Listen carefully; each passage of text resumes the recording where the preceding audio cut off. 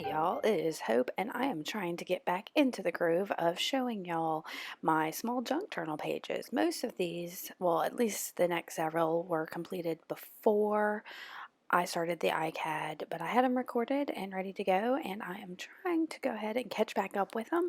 So, this is my small junk journal, page 16. I will try to link up some of the others, maybe either in the description box below or up here in the right corner for you to click. Now, for this one, I was trying to use up some supplies I had found in my stash I hadn't been using and kind of either wanted to get rid of or just go ahead and use them. And these two things I've used here, they are, I don't know, I got them at like the Dollar Tree, and they're supposed to do like an airbrush splatter thing, but they never quite worked right. They're Dollar Tree. So I am just putting them on the page and kind of squirting them out and smearing it around and using a wet paintbrush to get them to blend a little. It's just kind of like a marker that's supposed to do a splatter, and they worked okay when I first got them, but now they're just kind of big, fat, weird markers. So I put down an orange and kind of like a teal, and then a purple, and then I'm going to dry them real quick. And I cut out some of the drying there for you. And then also in some of that stuff I found that I had were these like watercolor markers. Again, these are probably some kind of dollar store purchase. And the brush on them isn't really a brush, it's more like a stick. And they just don't work well. So, but I hate to throw any kind of craft supply away, so I'm using them up in this junk journal. And the thing is the way this comes together using up all these colors. I love the amount of color I was able to get in all of these. It's kind of like in the center where that orange and that yellow are, it ends up looking a lot like fire, and I really dig that super bright pop of color there.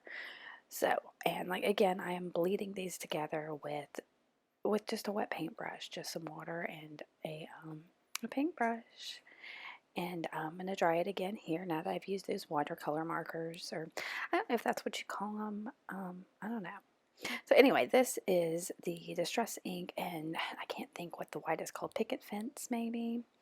And there's one of my hand carved stamps. That one's an eye, and I don't even know why I chose that one. I think because it has a lot of um, not a lot carved out of it, so it's kind of a bulkier stamp. So, and I'm just putting it down in a couple places. It's not really bringing the white into the page like I wanted it to, because I wanted to kind of break up some of that color. So then I pull out another one, and this is probably Black Soot Distress Oxide, and another hand carved stamp, and I am going to kind of put this all along the bottom of the page, kind of going left to right.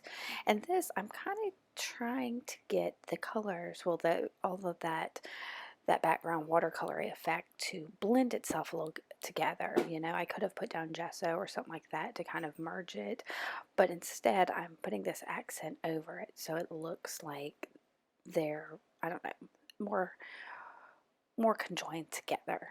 So once I get that little stamp down, and it's kind of a faceted gem design, kind of kite or diamond shaped, and I think I did that during Carved December this past year.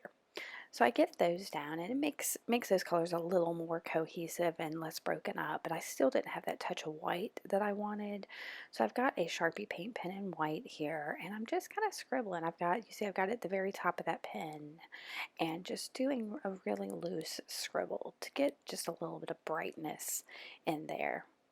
And then I grabbed one of my favorite things, which is a dictionary paper, and I wanted to add just a couple little accents on there. So I'm folding it up, and I'm going to cut out some shapes. Now this first set of shape, I don't even know what I was going for here.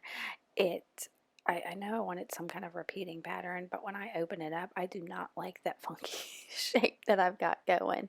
So I toss it aside and decide to go ahead and cut some other little shapes. These are more ovally roundy that I'll end up putting out on the page. So, and I'm just cutting, and I like using it folded like that because you kind of get more symmetrical type shapes. They're not completely symmetrical. You see there, I'm kind of trimming off a little bit of some of the, I don't know, where I had more of a scallop on it than I wanted. So I'm laying those out, and decide to just go ahead and slap them down again. there was so much bright color. I wanted something a little more neutral here on this page to break it up a little bit more. You know, I wanted those colors on there, but I didn't want them to be the focal of the page. I wanted them to kind of be in the background. And this was just me playing around. Like I said, I was trying to use up some of the things I hadn't used before. So once those were down, I'm just using up some of the other things I have. So here's one more little piece that I'm going to glue down here. And once I get those down, I felt like they needed some kind of accent to them. So I'm going to take those watercolor markers again, or I guess that's what they're called, and just put some little dots. I'm using a different color in each one of them. Oh, and you see that red one, the tip came off. Like I said, these are super cheapo. And that's part of the reason I never use them, but they're, you know, I used them in this and it ends up working pretty well. So little dots on all of these little, I don't know, odd little paper shapes that I've put on there. And this way I know I'm using up all of these things and they're not just sitting around. So, you know, I encourage you to try to pull out some of those supplies you never use or things you might think you might get rid of and figure out a way to use them. Unless you've got some way to donate them to like a creative reuse center or a school or something like that, especially if you know you're never going to use them.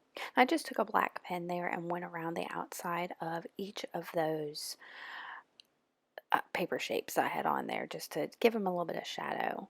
And then I pulled out some large print text from a book and found a phrase that I liked.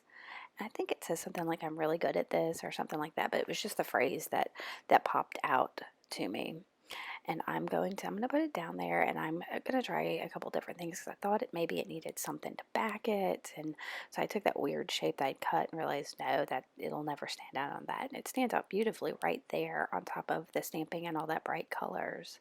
So I'm just going to glue that back down, not put back down, but I'm going to glue it down with my Oohoo glue stick. And then I'm going to take that white Sharpie again and just go around it again to try to bring that white in there and make that a little more cohesive. Some of the marks I put in there, I want to bring that element back in.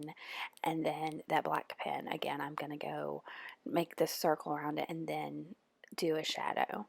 And to bring that black pen elsewhere in the page, I'm just kind of scribbling it a little and rubbing it so it kind of, I don't know, blends just a smidge. And then I started to try to add some little white dots onto that dictionary paper, but it didn't really stand out. So I just add the dots inside each of my little diamonds. And I really love that accent because that white there really shows up. And then with that, this page is done, guys. I'm going to give you a couple closer looks. If you like this, give me a thumbs up. If you have a question about any of this, make sure to let me know. And thank you for watching. Alright guys, bye.